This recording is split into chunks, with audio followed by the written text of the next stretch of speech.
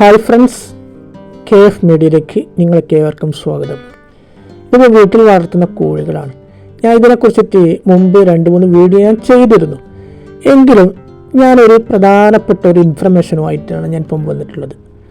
ഇപ്പോൾ കോഴി വളർത്തുന്നത് സ്വയം സംരംഭം, അതായത് വരുമാന മാർഗമാക്കുന്നവർക്ക് സർക്കാർ തലത്തിൽ ഒട്ടേറെ സബ്സിഡികൾ കൊടുക്കുന്നുണ്ട്. അപ്പോൾ ഇതിനെക്കുറിച്ചിട്ട് പലവർക്കും അറിയുന്നില്ല എന്നതാണ് മറ്റൊരു വസ്തുത. ഇപ്പോൾ 100 കോഴികളെ നമ്മൾ വീട്ടിൽ വളർത്തുന്നു വിചാരിച്ചു. അപ്പോൾ അതിന് നമുക്കിപ്പോൾ ലൈസൻസിൻ്റെ ആവശ്യം വരുന്നില്ല. 100 കോഴിക്ക് മീതെ വളർത്തുമ്പോഴാണ് അധികാരികളെ വളർത്തുന്നത്. അതായത് നമ്മൾ താമസിക്കുന്ന പരിധിയിൽ ഇപ്പം പഞ്ചായത്തോ കോർപ്പറേഷനോ മുനിസിപ്പാലിറ്റിയോ അവിടെ നമുക്ക് ലൈസൻസിൻ്റെ ആവശ്യമുള്ളൂ.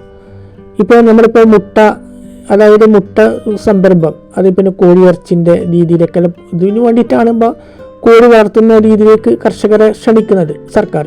അപ്പോൾ അതിന് കർഷകരെ പ്രോത്സാഹിപ്പിക്കുന്ന തരത്തിൽ സർക്കാരിൻ്റെ ഭാഗത്തുനിന്ന് ഞാൻ നേരത്തെ സൂചിപ്പിച്ചതുപോലെ സബ്സിഡിയൊക്കെ കൊടുക്കുന്നുണ്ട്. അപ്പോൾ നമ്മളിപ്പോൾ കുറച്ച് കോഴികളെ വളർത്തുമ്പോൾ അതിൽ നിന്ന് നല്ലൊരു വരുമാനമാണ്. ഇപ്പോൾ അതിനുള്ള സ്ഥലവും കാര്യങ്ങളൊക്കെ അതിനുള്ള സെറ്റപ്പൊക്കെ ഉണ്ടെങ്കിൽ അപ്പോൾ നമ്മളത് വളർത്തുന്ന രീതി അനുസരിച്ചിട്ട് നമ്മളുടെ സർക്കാരിൻ്റെ ഭാഗത്തുനിന്ന് സബ്സിഡി കിട്ടുന്നുണ്ടെന്ന് പറയുമ്പോൾ അത് നമുക്ക് നല്ലൊരു ഗുണമായിട്ടുള്ളൊരു കാര്യമാണല്ലോ.